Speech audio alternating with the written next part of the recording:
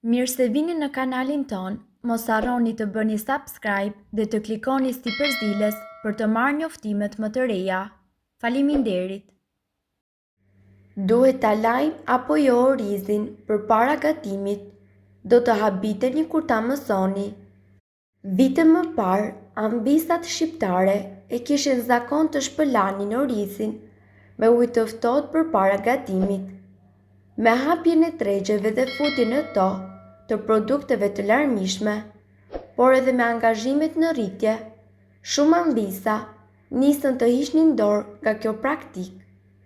Ka ambisa të cilat besojnë se larja e orizit është ashtu më krejt e panevojshme dhe se nuk ka asnjë ndikim në gatimin përfundimtar të tij. Sipas ekspertëve, kjo është e gabuar. Larja e orizit bën një ndryshim madhor, sidomos kur vjen puna tek orizi, kokër gjatë.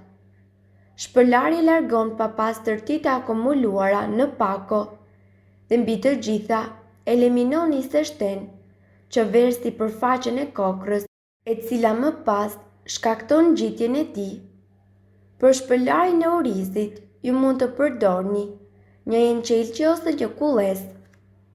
Në fillim të procesit, uji që lëshon orizi është i turbullt dhe më pas, gjatë shpërlarjes uji do të jetë më i tejtukshëm.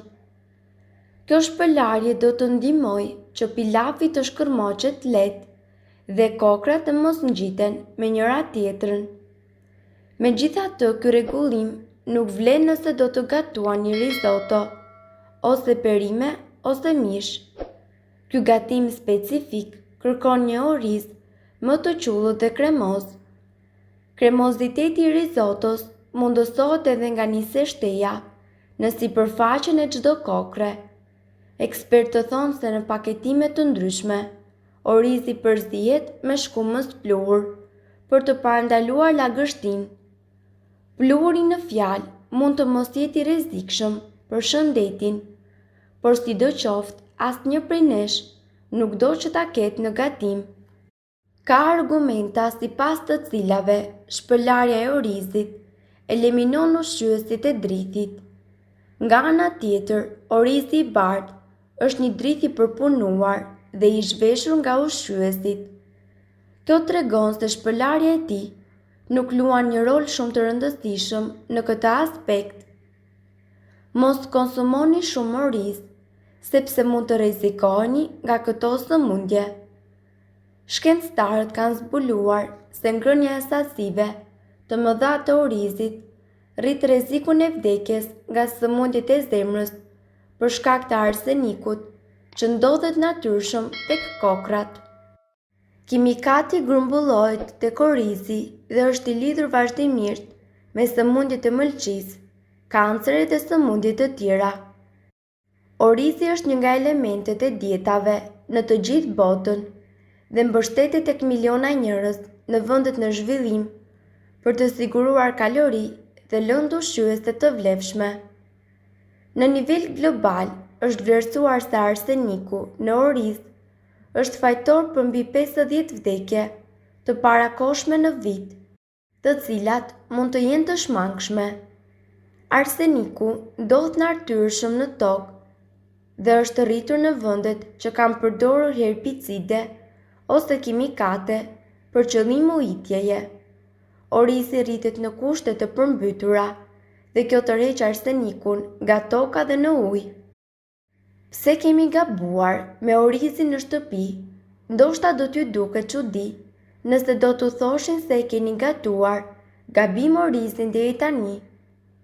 Kur është formuar një shtresë, orizi e trash me ngjyrë kafe në fund të tenxheres, kemi menduar se kemi përdorur gabim raportin e ujit me orizin. Por një ekspert i gatimit na sjell shkencën në kuzhinë për të shpjeguar se si ta gatuajmë orizin sa më mirë. Çelësi sipas tij është të minimizohet avullimi. Jemi mësuar që raporti ujë-oriz të jetë gjithmonë 2:1, por jo gjithmonë orizi gatuhet në mënyrë perfekte. Për të gjetur zgjidhjen, është krijuar një eksperiment se sa duhet të jetë ky raport. Ekspertët vendosën dy qese të mbushura me një filxhan ujë dhe një filxhan oriz në një ujë të vëluar. Me këtë metodë u deshën vetëm një filxhan ujë për të gatuar në mënyrë perfekte një filxhan oriz. Eksperimenti është i vlefshëm si për orizin kokërgjat, orizin kavë dhe orizin e bardhë. Përgjigja e këtij eksperimenti të vogël ka të bëjë me mënyrën e avullimit. Qeset e përdorura eliminonin avullimin, ndërsa tenxherja që përdorni në shtëpi lejon largimin e sa më shumë avujve. Nëse keni një tenxhere me një kapak jo shumë të mirë, do të keni më shumë avullim. Nëse pothitet mirë, do të keni më pak avuj. Mënyra ideale për të kufizuar në total avullimin, pse jo dhe një tenxhere do të gatuante më mirë orizin. Pra për të bërë perfekt orizin, ekspertja thot se duhet të merren parasysh kushtet në të cilat gatuhen. Për shembull, diametri i tenxheres, për masat e kapakut dhe sa herë e hiqni kapakun. A duhet larë orizi para zjerjes? Paketimi i orizit mund të përmbajë papastërti të imta, të cilat duhet të eliminohen para zjerjes. Nëna dhe gjyshet tona me kujdes kanë zgjedhur orizin para zjerjes, mirëpo edhe i kanë larë kokrat. Propaganduesit e larjes së orizit para zjerjes e lajnë orizin, sepse dëshirojnë të eliminojnë papastërtitë nga sipërfaqja, mirëpo dhe për shkak që nuk dëshirojnë që gjella tu jetë si rrëshirë dhe ngjitës. Nga ana tjetër, ata të cilët nuk e lajnë orizin para zjerjes, thonë që uji nuk eliminon vetëm papastërtinë, por edhe shijen e orizit. Mos e lani orizin. Njohësit e kulinarisë thonë që orizi nuk duhet larë kur planifikoni që të përgatisni risotto, sepse do të shpërlahet gjulli i cili jep strukturën kremoze gjellës. Orizin lajeni. Orizi duhet të lahet kur e blini të papaketuar apo kur vëreni që është shumë i bardhë.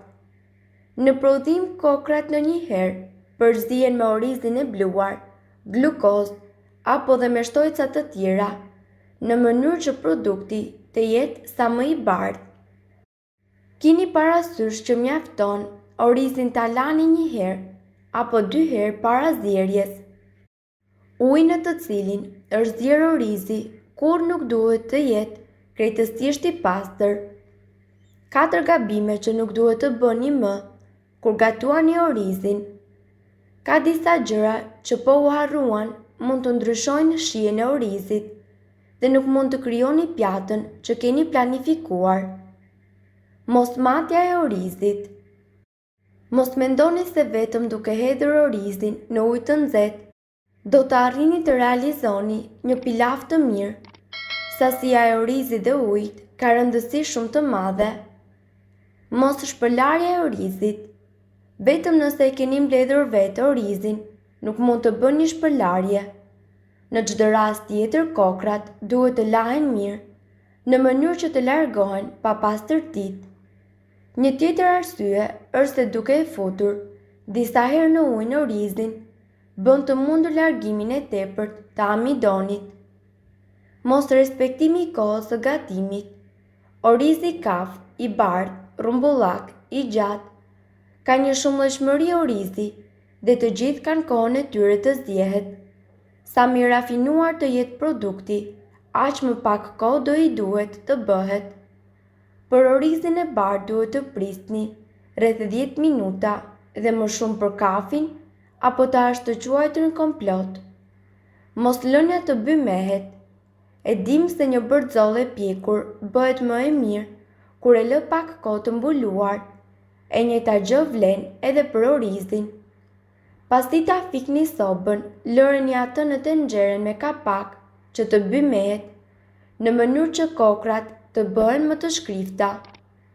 Nëse doni të dëgjoni video tona që ne postojmë çdo ditë, kliko subscribe. Ju ftojmë gjithashtu të bëni like në video tona Nëse i keni dëgjuar dhe pëlqyer ato, faleminderit që e pat videon ton.